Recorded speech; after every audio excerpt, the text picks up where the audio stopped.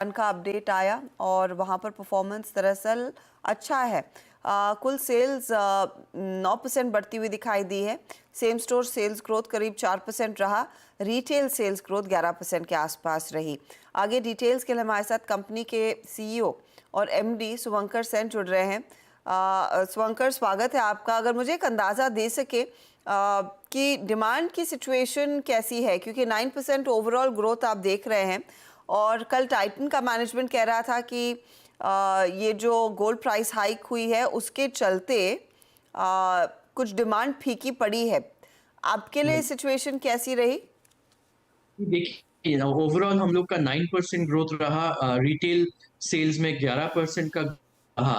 तो देखिए, in terms of growth numbers तो अच्छा दिखता है, मगर अगर लास्ट ईयर का तुलना में हम लोग देखें तो लास्ट ईयर में हम लोग का ओवरऑल 18% ग्रोथ था। तो क्वार्टर वन में ये जो सिंगल डिजिट ग्रोथ का कारण यही रहा, गोल्ड का प्राइस ऑलमोस्ट 15 से 20% जंप ले लिया in the month of April, because ये वॉर के कारण, अनसर्टनिटी के कारण, और उसके साथ साथ ये जो इलेक्शन का सिचुएशन चल रहा था और हीट वेव का जो इम्पैक्ट था, ये बहुत सारे कस्टमर्स को उनका उनका जो सेंटिमेंट है वो नेगेटिव कर देते हैं। लोग खरीदने का मूड नहीं दिखाते हैं।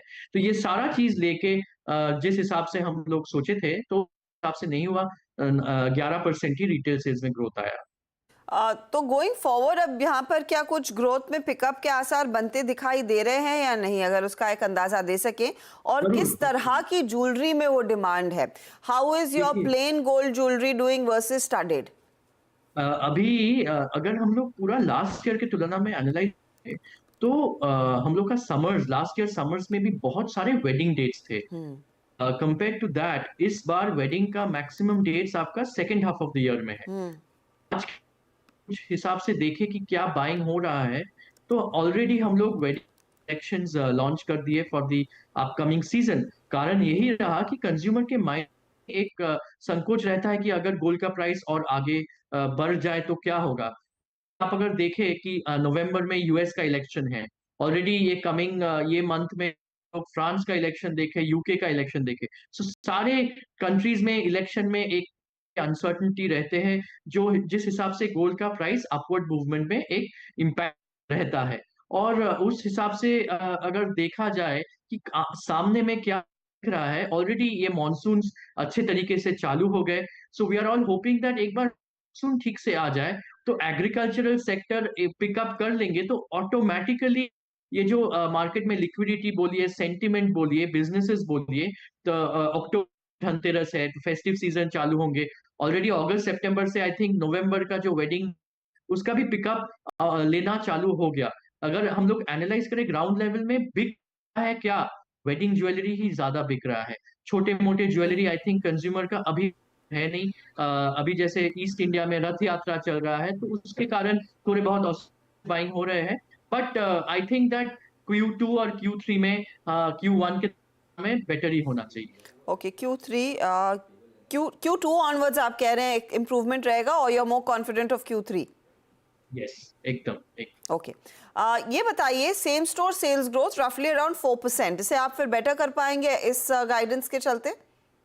यस, हम लोग एक कंजर्वेटिवली एनालाइज कर लेते हैं कि 11-12% सेम स्टोर सेल्स ग्रोथ होना ही चाहिए, क्योंकि गोल्ड के प्राइस इस हिसाब से बढ़ रहे हैं। कस्टमर का ओल्ड गोल्ड एक्सचेंज भी अच्छा तरह रहा है। Almost 25 to 30% of the business में कस्टमर ओल्ड गोल्ड, अपना पुराना सोना लेके नया ज्वेलरी खरीद रहे हैं। तो आवर एस्टिमेट इज दैट 11 से 12% सेम स्टोर सेल्स ग्रोथ होना चाहिए। मैं आपकी प्रेस रिलीज पढ़ रही हूँ और आपने कहा नए डिजाइन्स, कलेक्शंस और पॉकेट फ्रेंडली प्रोडक्ट्स आप लॉन्च करते हुए दिखाई देंगे। उसका कुछ रिफ्लेक्शन है क्या Q1 में, और it will pick up largely in Q2 itself? नहीं, Q1 में ऑलरेडी हम लोग जैसे बैंगल्स में नए कलेक्शंस बैंगल उत्सव में लॉन्च किए।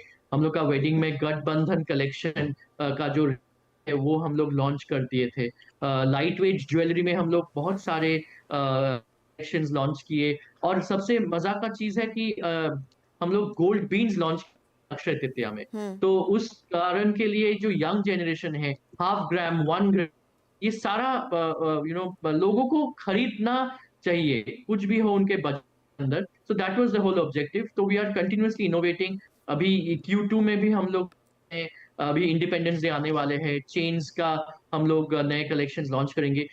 देखिए क्वार्टर टू क्वार्टर हिस्टोरिकली भी हम लोग देखें कि कोई क्वार्टर अगर थोड़ा स्लो चल जाता है तो नेक्स्ट क्वार्टर्स में वो मेकअप करते थे। तो हम लोग पॉजिटिव है, नए नए चीजें लाते रहेंगे एंड फिर कंज्यूमर्स का जब मूड आएगा वो लोग जरूर खरीद लेंगे।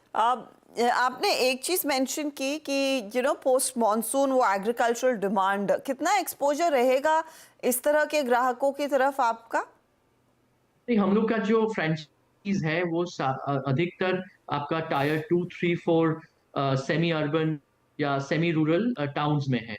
और एक चीज हम लोग देखें कि हम लोग का जो ये छोटे शॉप्स है वो लास्ट ईयर के तुलना में इस क्वार्टर वन में थोड़े अच्छे ही परफॉर्म कर रहे थे, which is a good sign. I think that mood अच्छा है। एक बार ये अभी फोकस रहता है उन लोग का फार्मिंग में, तो द मोमेंट वो एग्रीकल्चरल सेक्टर का सेल्स मार्केट में आना चालू हो जाएगा, we will be able to see demand of gold by these rural sector consumers picking up.